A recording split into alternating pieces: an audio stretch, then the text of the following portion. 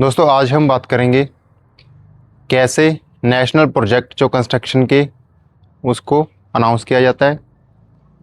क्या ज़रूरत पड़ती है भारत सरकार को नए नए रोड बनाने की, नए नए प्रोजेक्ट लॉन्च करने की, और किस किस कंडीशन के ऊपर प्रोजेक्ट की वैल्यू जो डिसाइड की जाती है, और कैसे कोई टेंडर अनाउंस किया जाता है, वो टेंडर किस कंडीशन के ऊपर कंपनियों को दिया जाता है, ये कैसे डिसाइड किया जाता है कि ये प्रोजेक्ट किस कंपनी को देना है।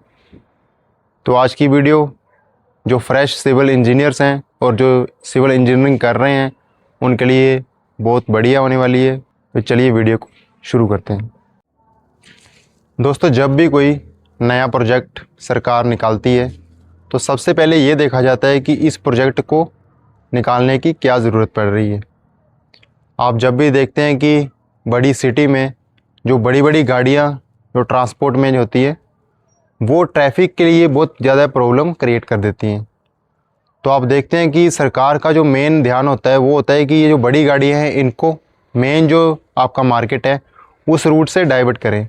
तो उसके लिए एक तो रिंग रोड बना दिया जाता है। जैसे फॉर एग्जांपल हम बात करें कि Indore ring road, Pune ring road, ये जो प्रोजेक्ट इस टाइम करंटली रनिंग कंडीशन में है, तो ऐसे सरकार रिंग रोड का निर्माण कर देती है।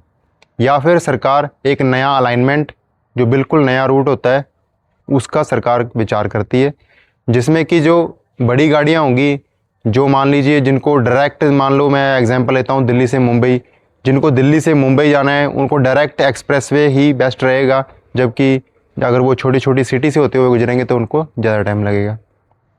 तो इस तरह सरकार ये डिसाइड करती है कि इस जगह पे ये वाले प्रोजेक्ट की ज़रूरत है, तो इस प्रोजेक्ट को हम अनाउंस करेंगे। तो दोस्तों अब हम बात करेंगे कि जब कोई प्रोजेक्ट अनाउंस हो गया तो फिर उसकी टेंडर की जो वैल्यू निकलती है, जो सरकार बताती है कि हम इतने करोड़ का आपको प्रोजेक्ट अनाउंस कर रहे हैं, वो कैसे निकलती है वैल्यू। दोस्तों सबसे पहले प्रोजेक्ट जब अनाउंस होता है तो उसका सर्वे किया जाता है।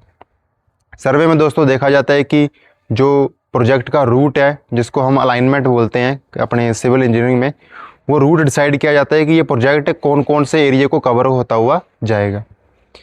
तो उसके बाद जब वो रूट डिसाइड हो जाता है उसके बाद उसमें देखा जाता है कि क्या क्या उसमें मान लीजिए कोई मकान आ रहा है, कोई मान लीजिए सिटी आ रही है, कोई मान लीजिए किसी की दुकानें आ रही हैं, सारा उसमें सर्वे किया जाता है कि क्या क्या इस रूट के में हमें कवर किया जा रहा है। उसमें जो लैंड इशू का है कि क्या क्या कितना कितना हमारे पास यहाँ पे लैंड का जो एक्विजिशन करना है वो है।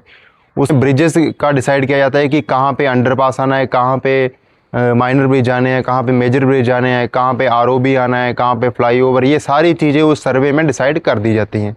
उसके बाद गवर्नमेंट डिसाइड कर देती है कि इस प्रोजेक्ट में ये इतने नंबर ऑफ ब्रिज दिए जाएंगे, इतना यहाँ पे हाईवे का वर्क होगा, इसकी क्या विड्थ रखी जाएगी, क्या क्या काम इसमें एक्स्ट्रा किया जाएगा, वो सारी चीज़ें कैलकुलेट करके एक टेंडर का वैल्यू निकाला जाता है।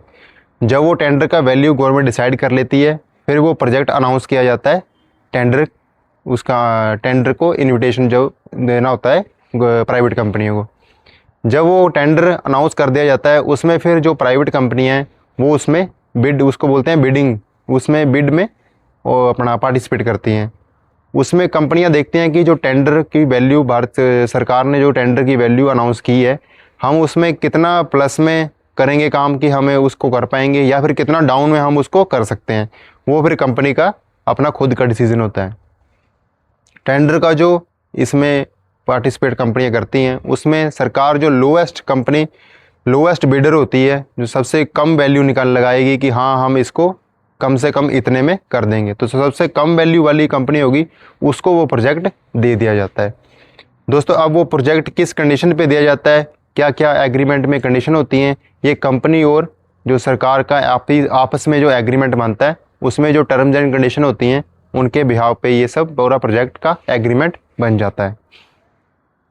तो अब हम आगे बात करेंगे कि जो प्रोजेक्ट किसी कंपनी को मिल जाता है उसके बाद वो कौन कौन से टाइप होते हैं प्रोजेक्ट के जिसके ऊपर वो प्रोजेक्ट काम करता है। जैसे कि अब मैं आपको फॉर एग्जांपल बताऊं कि प्रोजेक्ट जो होता है वो 3 या 4 टाइप का, जैसे ईपीसी मोड का प्रोजेक्ट होता है, हैम HAM इस हैम मोड का प्रोजेक्ट होता है, उसके बाद BOT प्रोजेक्ट होता है। तो ये अलग अलग प्रोजेक्ट के टाइप है कि जैसे ईपीसी में अलग कंडीशंस होती हैं, हैम प्रोजेक्ट में अलग कंडीशन होती हैं, BOT प्रोजेक्ट में अलग कंडीशन होती हैं। तो ये सारा जो आपके पास अलग अलग प्रोजेक्ट का नाम है उसका अलग अलग कंडीशन होता है। तो वो फिर कंपनी का और सरकार का आपस में एग्रीमेंट होता है, उस बिहाफ पे वो पूरा प्रोजेक्ट रन करता है। तो इस तरह से कोई भी प्रोजेक्ट है वो अनाउंसमेंट से लेके कंपनी के मिलने तक ये सारा प्रोसेस आज की वीडियो में हमने बताया।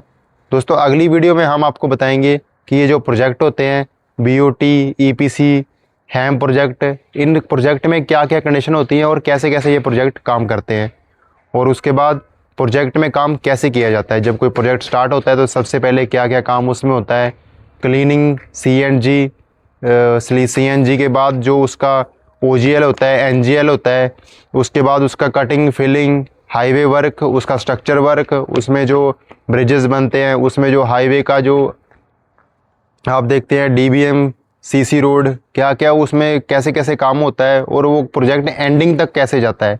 COD जो उसका होता है, जो लास्ट में कंप्लीट अपना कमर्शियल ऑपरेशन डेट बोलते हैं, जिस डेट को सरकार एग्री करती है कि हाँ ये प्रोजेक्ट अब ट्रैफिक अलाउ के लिए मतलब कंप्लीट स्टेज में हो चुका है। तो वो पूरा प्रोसेस आपको अगली वीडियो में बताएंगे। तो आज के लिए इतना ही। चैनल को सब्सक्राइब करें दोस्तों इसी तरह की इन्फॉर्मेशन के लिए, और अपने दोस्तों के साथ शेयर करें। Thank you very much.